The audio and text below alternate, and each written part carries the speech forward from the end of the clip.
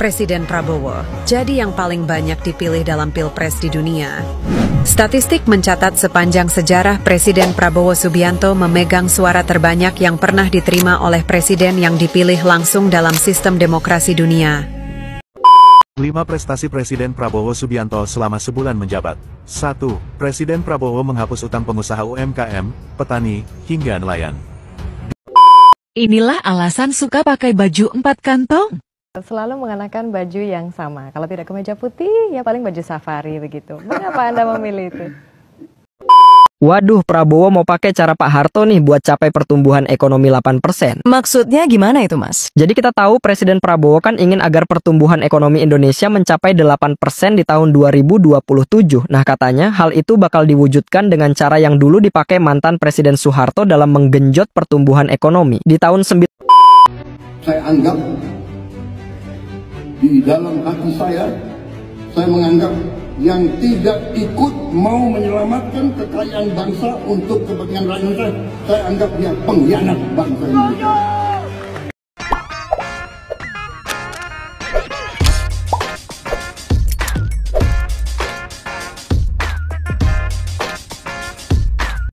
Baik sahabat sekalian, jumpa lagi bersama saya di channel ini, di mana pada kesempatan video kali ini saya akan mencoba untuk mereaksi beberapa buah video yang datangnya dari Presiden Prabowo Subianto.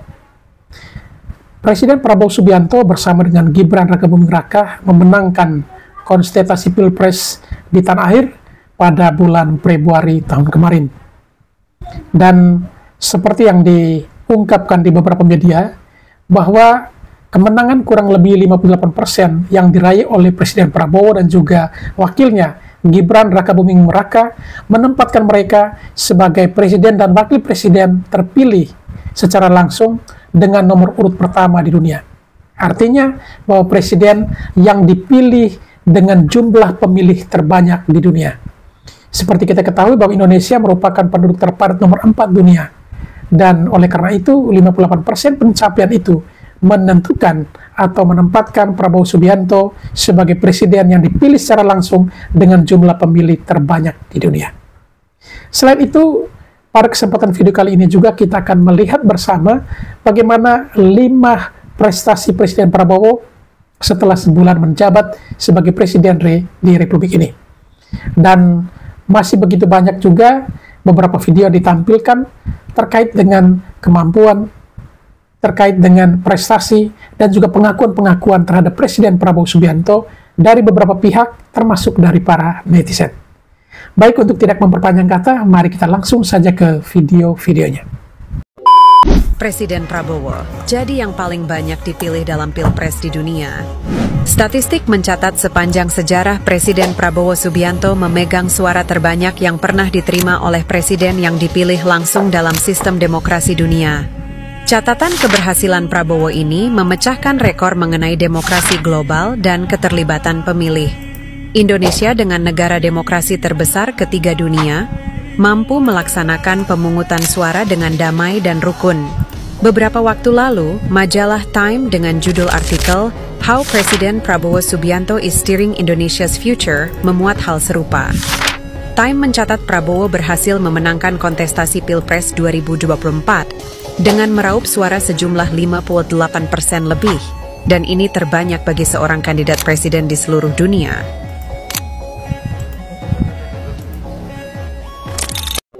5 prestasi Presiden Prabowo Subianto selama sebulan menjabat. 1. Presiden Prabowo menghapus utang pengusaha UMKM, petani, hingga nelayan.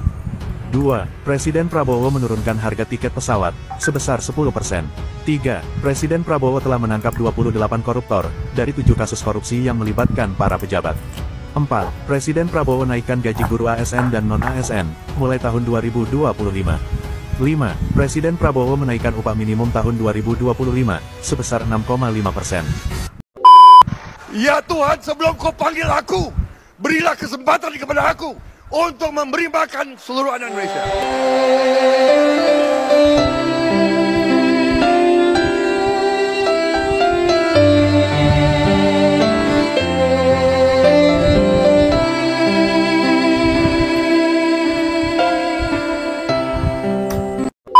Kalau sudah berdiri minimal 3 juta rumah, Fahri Hamzah boleh senyum-senyum.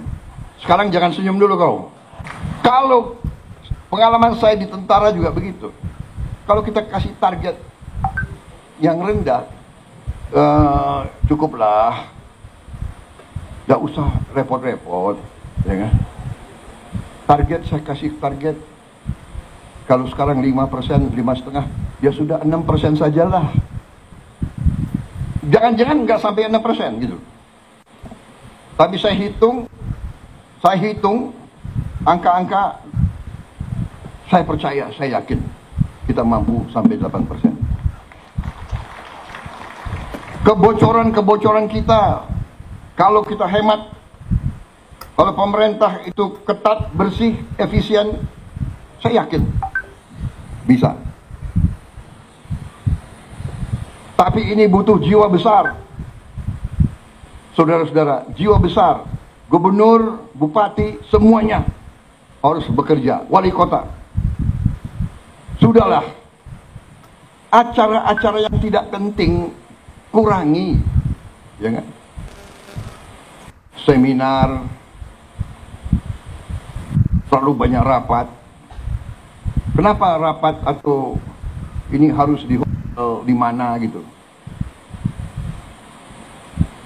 Saudara-saudara, hitungan kita perjalanan luar negeri saja itu, Indonesia ini perjalanan luar negeri pejabat-pejabat $3 miliar.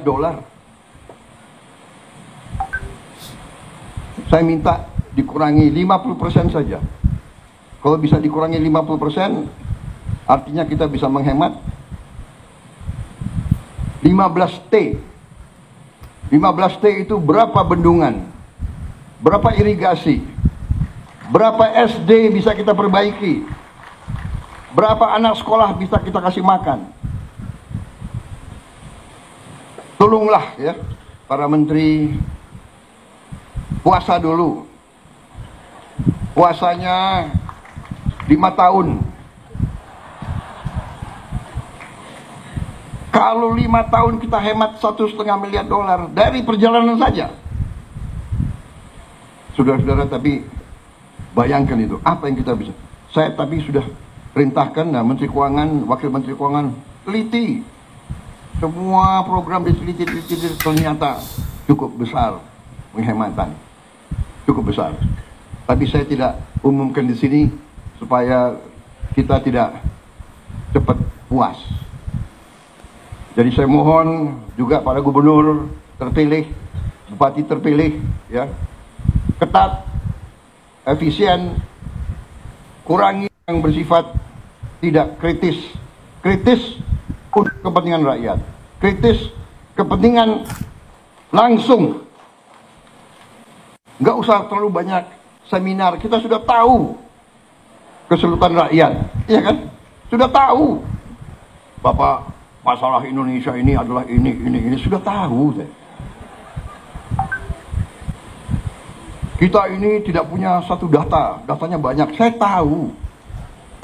Banyak peraturan undang-undang bertabrakan, saya tahu.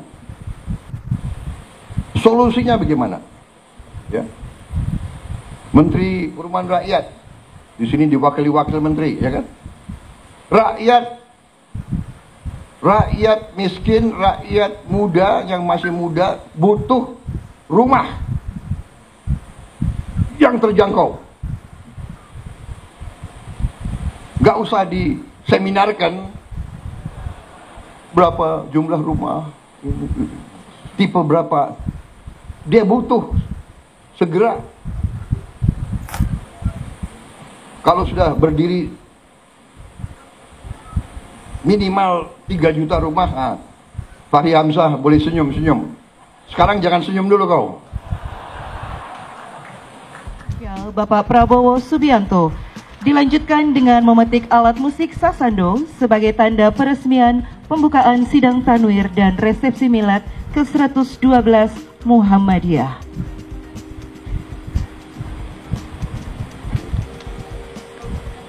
Bismillahirrahmanirrahim.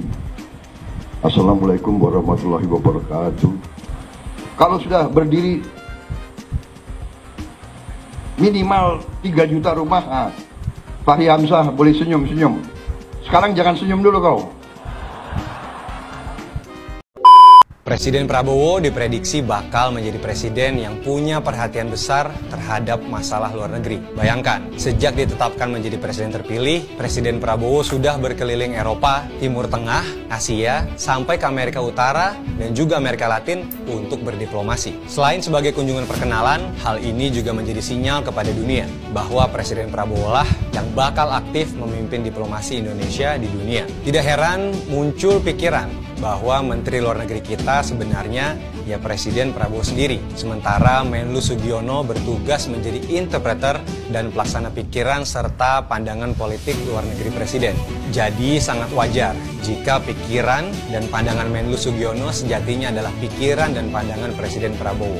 Sekali lagi, tidak ada pandangan Menlu, yang ada hanyalah pandangan Presiden. Sehingga kritik sebagian warganet terhadap Menlu Sugiono yang dianggap perpanjangan tangan Prabowo dan tidak memiliki pemikirannya sendiri tentang kebijakan luar negeri Indonesia sebetulnya menjadi tidak relevan. Di tengah situasi geopolitik dan geoekonomi global yang menantang seperti sekarang, kita memang membutuhkan sosok presiden yang punya atensi, wawasan, dan mau memimpin langsung diplomasi Indonesia di panggung dunia. Presiden Prabowo diyakini bakal membawa gaya diplomasi kebijakan luar negeri yang lebih aktif, aspiratif, tapi juga sekaligus lebih tegas. Lihat saja bagaimana di awal masa kepresidenannya kita berani memutuskan untuk bergabung dengan BRICS sekaligus melanjutkan usaha ikut dalam keanggotaan OECD. Presiden Prabowo mencoba menginterpretasikan politik bebas aktif secara lebih luas. Pada era Bung Hatta, kita kenal dengan istilah mendayung antara dua karang. Kini tampaknya sudah berubah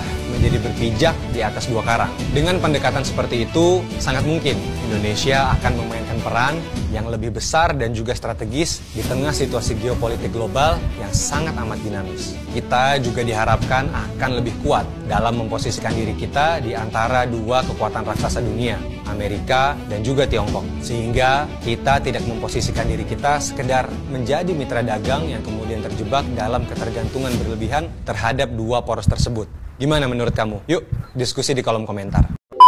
Indonesia bersih dari korupsi. Anak-anak jenderal yang belum follow aku ini guys, di follow dulu ya. Mantap guys. Melalui Pak Budi Gunawan, Pak Prabowo menegaskan kembali Indonesia bersih dari korupsi. Aparat tidak boleh ragu lagi berantas korupsi guys. Ini dukungan langsung dari presiden kita, Bapak Jenderal kita Prabowo Subianto, yang setuju Indonesia bersih dan bebas dari korupsi. Komen kawan, komen ya. Ini pesan ditujukan ya untuk aparat-aparat pemberantas korupsi, KPK, Kejaksaan, Kepolisian. Ayo berantas korupsi sampai akar-akarnya ya. Ini sudah didukung sama Pak Prabowo. Ya, sudah didukung sama Pak Prabowo. Indonesia bisa maju guys, bisa menuju Indonesia emas. Kalau korupsi udah nggak ada, dukung jenderal kita guys untuk membantas korupsi Indonesia. Bum bum bum, meledak bom. Saya anggap di dalam hati saya menganggap yang tidak ikut mau menyelamatkan kekayaan bangsa untuk kepentingan rakyat saya anggap dia pengkhianat bangsa ini.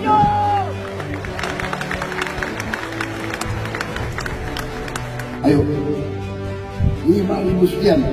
Kalau kita kompak, kalau kita bersatu, kalau kita pusatkan pikiran kita, kepintaran kita, pengalaman kita,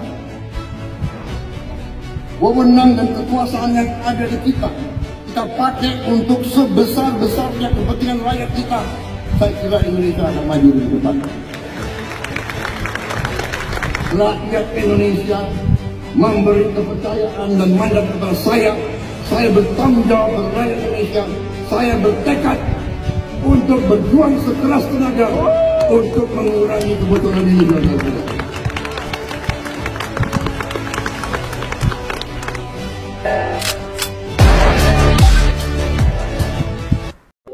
Waduh, Prabowo mau pakai cara Pak Harto nih buat capai pertumbuhan ekonomi 8%. Maksudnya gimana itu, Mas? Jadi kita tahu Presiden Prabowo kan ingin agar pertumbuhan ekonomi Indonesia mencapai 8% di tahun 2027. Nah, katanya hal itu bakal diwujudkan dengan cara yang dulu dipakai mantan Presiden Soeharto dalam menggenjot pertumbuhan ekonomi. Di tahun 1995, ketika Soeharto memimpin, ekonomi Indonesia melesat dengan formula sederhana, yakni konsumsi, investasi, dan ekspor. Rumah tangga menjadi penggerak utama konsumsi, sementara investasi diguyur ke sektor-sektor strategis seperti sawit, tekstil, dan migas. Adapun ekspor jadi mesin penghasil devisa dan membangun stabilitas ekonomi. Nah, tapi zaman udah berubah, begitu pula dinamika ekonomi global. Prabowo bertekad memperbarui formula lama yang dipakai Pak Harto itu dengan sentuhan modern. Jadi sawit dan tekstil tetap penting, tetapi pemerintahannya menambahkan hilirisasi industri, ekonomi digital, dan pengembangan semikonduktor sebagai pilar baru. Sektor-sektor ini dianggap mampu memberikan nilai tambah lebih besar dan memperluas daya saing Indonesia di panggung internasional. Nggak hanya itu, Prabowo juga berkomitmen meningkatkan efisiensi investasi melalui pengendalian Incremental Capital Output Ratio atau ICOR, sebuah indikator yang mencerminkan produktivitas modal. Jika pada era Soeharto ICOR berada di angka 4, kini Indonesia harus menurunkan kembali dari posisi 6 untuk mencapai pertumbuhan yang lebih cepat dan efisien. Dengan strategi ini, Pak Prabowo nggak hanya bercita-cita mencetak angka 8%, tetapi juga menciptakan pondasi ekonomi yang lebih kokoh dan modern. Oh, begitu ya. Kalau menurut netizen gimana nih?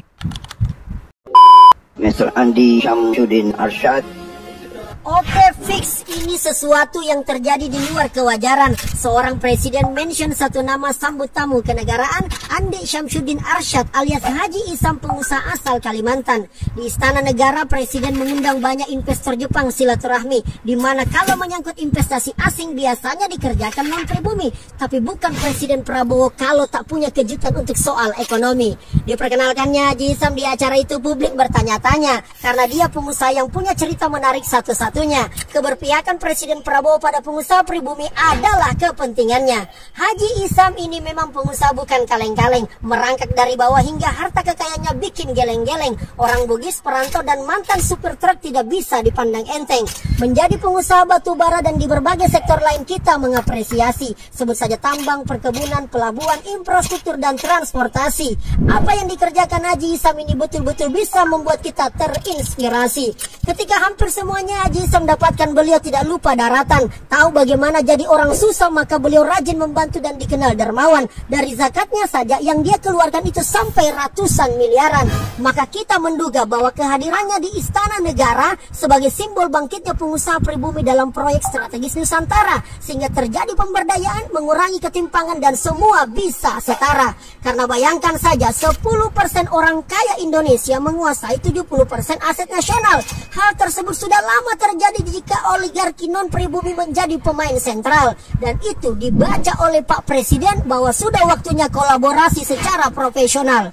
Mampukah seorang Haji Isam, pengusaha dari kampung itu, menjawab kepercayaan? Jika berhasil, maka itu adalah angin segar buat pengusaha pribumi jadi terdepan, yang siap berdaulat dalam politik, berdikari dalam ekonomi, dan berkepribadian dalam kebudayaan. Apa ya nilai dan prinsip yang dipegang Haji Isam sehingga menjadi tangan kanan Pak Prabowo dalam eksekusi beberapa program? Saya menduga Anda sama seperti saya. Ketika Prabowo Subianto berkunjung dan diterima oleh pemimpin-pemimpin negara di belahan dunia, begitu meyakinkan seorang Presiden Prabowo bercanda, bergurau dengan pemimpin-pemimpin dunia. Coba Anda bandingkan ketika presiden sebelumnya, begitu dia tampil di pentas internasional, kita yang nonton videonya saja itu groginya minta ampun. Tapi coba Anda lihat hari ini, ketika Pak Prabowo berkunjung dan diterima oleh pemimpin-pemimpin negara-negara besar itu, dia dengan percaya diri, dan tentu Anda sebagai warga negara merasakan dan bangga punya presiden seperti Prabowo Subianto. Tapi tentunya tidak cukup hanya di situ. Kita mengharapkan ketika Pak Prabowo sudah kembali ke tanah air, dia harus menyelesaikan persoalan-persoalan yang sangat fundamental yang menimbulkan ketidakadilan bagi seluruh anak bangsa ini, khususnya para koruptor-koruptor yang berada di lingkaran seputar kekuasaan presiden segera diselesaikan dan mereka dipenjarakan. Ini tentu akan menyempurnakan kehadiran sosok pemimpin baru kita, Prabowo Subianto. Kami tunggu Pak Prabowo memenjarakan mereka-mereka yang korupsi di seputar wilayah kekuasaan. Salam. Bayangkan, usulnya 6%, malah dikasih 6,5%. Ya kan? Dalam sejarah nggak ada seorang pemimpin kayak begitu. Artinya Pak Prabowo menaikkan upah minimum itu bukan dasar permintaan tapi kebutuhan. Bukan atas permintaan Dewan Pengupahan, tapi karena kebutuhan, menganggap Pak Prabowo itu kalau dinaikkan 6% tidak cukup, maka ditambah 6,5%. Biasanya itu kan orang meminta itu kan di bawahnya kasihnya. Tapi Pak Prabowo, presiden kita the best. Minta 6% dikasih 6,5%. Artinya kebijakan Pak Prabowo bukan atas permintaan dari lembaga terkait, tapi sesuai dengan kebutuhan. Begitu ya. Selamat saudara-saudaraku para guru atau karyawan perusahaan ya. Inilah alasan suka pakai baju 4 kantong. Selalu mengenakan baju yang sama. Kalau tidak kemeja putih, ya paling baju safari begitu. Mengapa Anda memilih itu? Saya itu sebetulnya pengagum angkatan 45. Ya kan? Saya merasakan angkatan 45, saya lahir, keluarga saya dari angkatan 45, jadi suasana bapak-bapak, ibu-ibu pendiri bangsa kita sangat kental di saya. Waktu saya kecil ya pakaian tokoh-tokoh bangsa Indonesia ya sebagian besar ya pakai warna ini gitu. Jadi saya mungkin itu melekat gitu. Sampai sekarang ya. Akhirnya. Dan kalau Anda lihat ya sebetulnya di mana-mana ya ini warna lapangan begitu.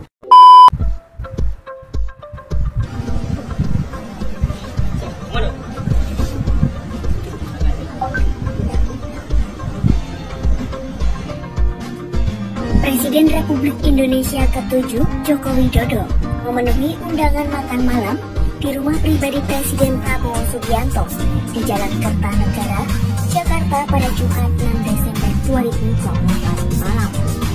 Momen Prabowo dan Jokowi makan malam bersama itu diunggah melalui akun Instagram pribadi @prabowo. Keduanya terlihat kompak mengenakan baju batik lengan panjang dengan motif yang berbeda dan menggunakan celana panjang hitam. Dalam unggahan akun Instagram pribadi Prabowo Subianto, keduanya makan malam dengan latar belakang lukisan Jenderal Sudirman, sosok pahlawan nasional yang menjadi simbol perjuangan dan persatuan. Menurut laporan, pertemuan itu berlangsung dari pukul 19.45 waktu Indonesia Barat hingga pukul 21 waktu Indonesia Barat. Setelah sesi makan malam bersama itu selesai, Jokowi keluar dari kediaman Prabowo. Terlihat, kepala negara itu mengantar langsung Jokowi ke kendaraan yang menanti di depan. Saat berpisah, Presiden Prabowo juga memberikan salam perpisahan kepada Jokowi dengan menundukkan kepalanya.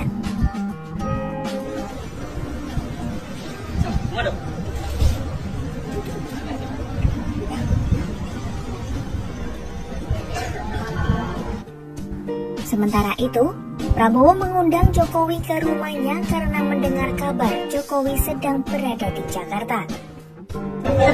Saya dengar Pak Jokowi ada di Jakarta, saya undang makan gitu.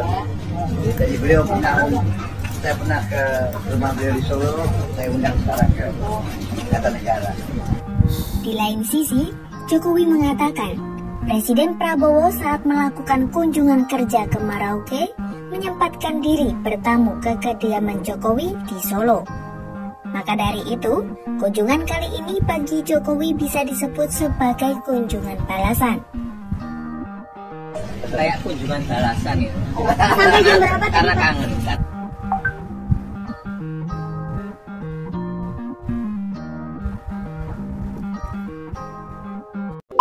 Ke Jakarta kayak kunjungan balasan gitu. karena kangen ya. Ada obrolan mau masuk ke partai Gerindra mungkin atau bagaimana? Hah? Mau masuk ke partai kalau Gerindra terbuka tapi kita tentunya nggak bisa maksa beliau masuk. Ya, beliau Bapak Presiden dulu waktu ke Merauke kan, kemudian mampir ke Solo. Ini saya pas ke Jakarta, kayak kunjungan balasan gitu. Karena kangen. Pak Jokowi sampai jam berapa di Jakarta? Baru sore tadi. Jadi Pak Jokowi udah soal gabung Golkar, Pak. Masuk ke partai mana mungkin? Ini mau nanya-nanya politik. Makan malam. Semuanya tawarannya ada, Pak. Mungkin ada pertimbangan, Pak. Makan malam. Ada perbincangan soal pilkada Jakarta mungkin, Pak. Ayo, maunya politik aja. Terima kasih. Selamat malam.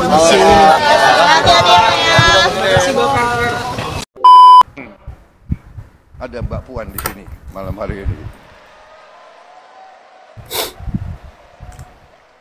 Dan saya menghargai PDIP. Walaupun saya punya gagasan persatuan nasional, mau ikut-ikut Bung Karno, tapi saya menghargai bahwa untuk demokrasi mungkin perlu ada yang di luar koalisi sebagai check and balance untuk mengawasi kita. Tapi saya yakin, walaupun di luar di dalam, saya yakin di ujungnya seluruh partai politik yang di Indonesia, dalam hati mereka, hati paling dalam adalah cinta tanah air, cinta merah putih. Karena itu kita sekarang ini harus percaya diri. Jangan lagi kita mau diadu domba. Soekarno, Hatta, Syahrir, semua pendiri bangsa ini berkorban dan telah memimpin kita dengan baik. Kita juga bersyukur kepada Presiden Soeharto yang banyak jasanya dalam menyelamatkan dan mengamankan ideologi Pancasila itu sendiri, yang telah meletakkan dasar bagi Indonesia yang modern.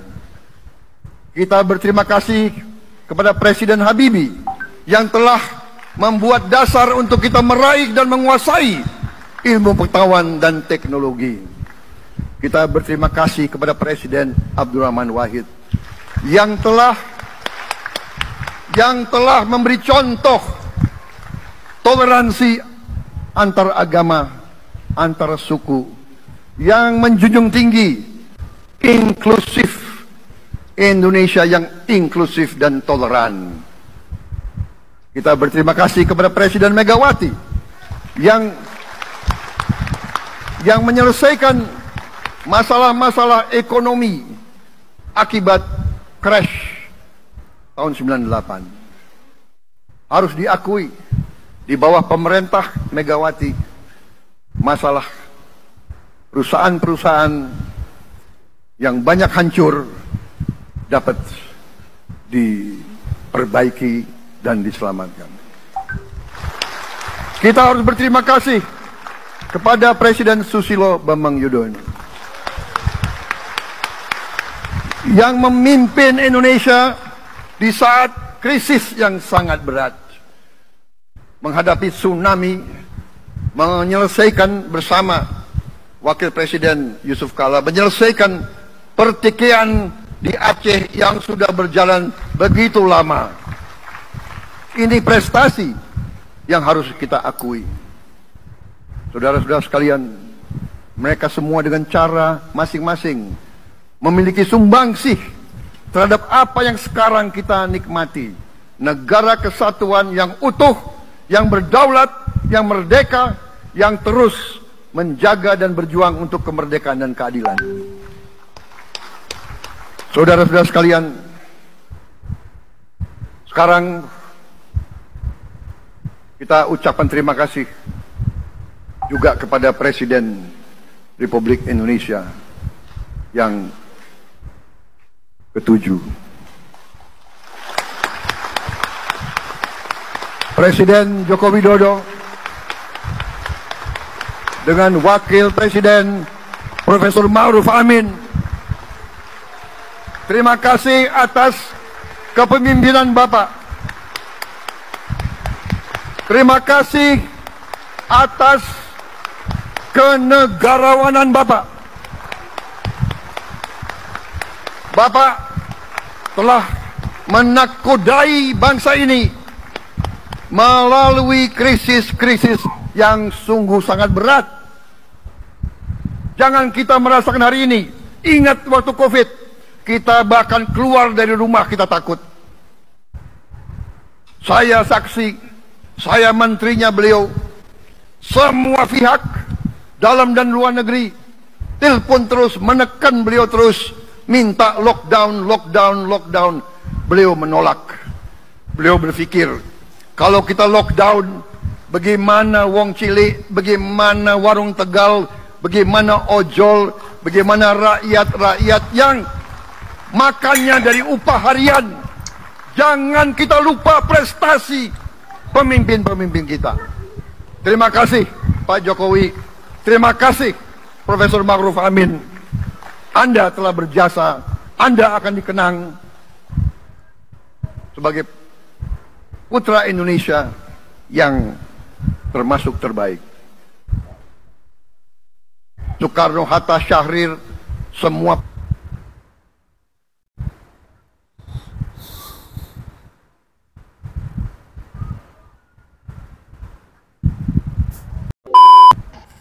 cuman mau ke TV aja aku sekarang. Kemarin waktu pemilihan gubernur di Jakarta pada heboh gitu ya kan, seolah-olah Jakarta itu adalah segalanya.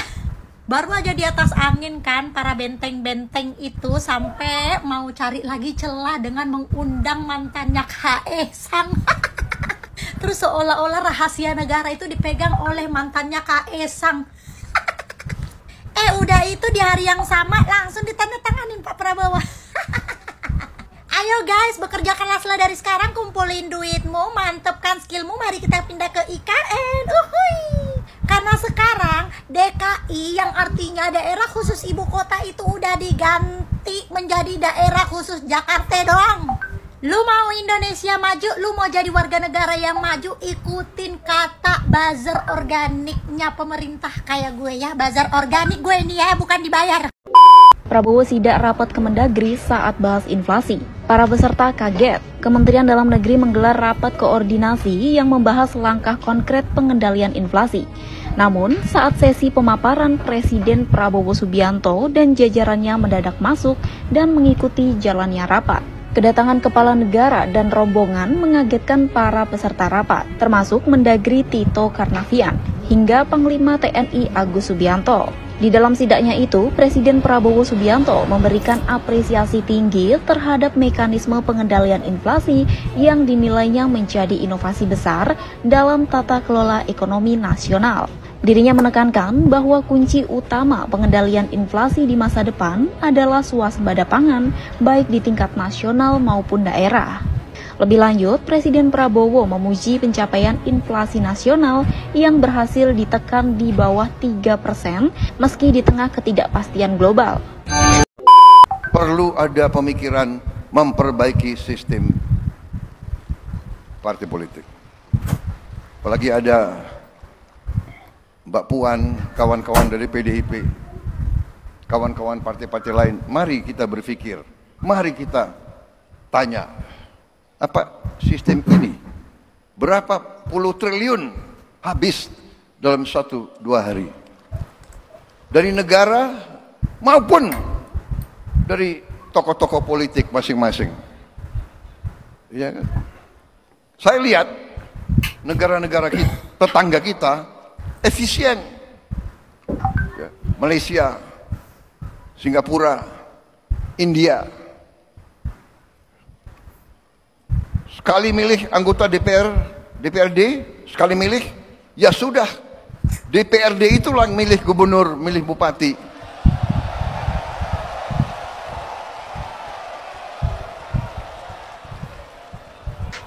Efisien, nggak keluar duit, kayak kita kaya, bener nggak? Uang yang bisa beri makan anak-anak kita, uang yang bisa perbaiki sekolah, uang yang bisa perbaiki irigasi, uang yang bisa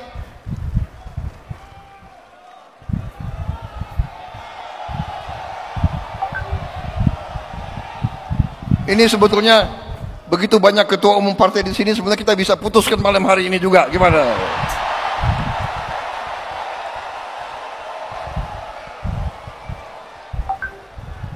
Kalau saya, ya, jangan terlalu dengar itu konsultan-konsultan asing itu loh. Ya. Saya sekali lagi, saya tidak mau mengajak kita untuk anti orang asing, tidak. Tapi belum tentu mereka mikirin kita kok, ya kan? Hah? Ya kan?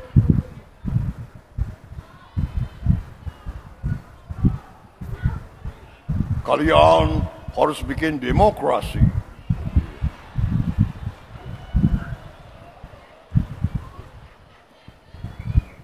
Sebaiknya kalian kalau bisa tiap 3 bulan pilkada.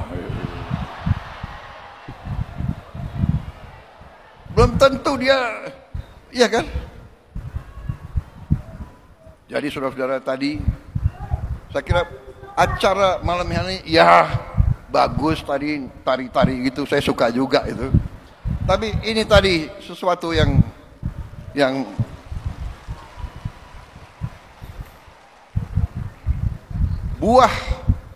buah dari acara malam hari yang paling penting tadi, keberanian seorang ketua umum partai menyampaikan sesuatu yang menjadi pembicaraan semua partai. Benar nggak, ketua umum partai, benar nggak? Kalian kembali dari pilkada kapok nggak? Benar nggak? Yang menang, yang kalah begini semua.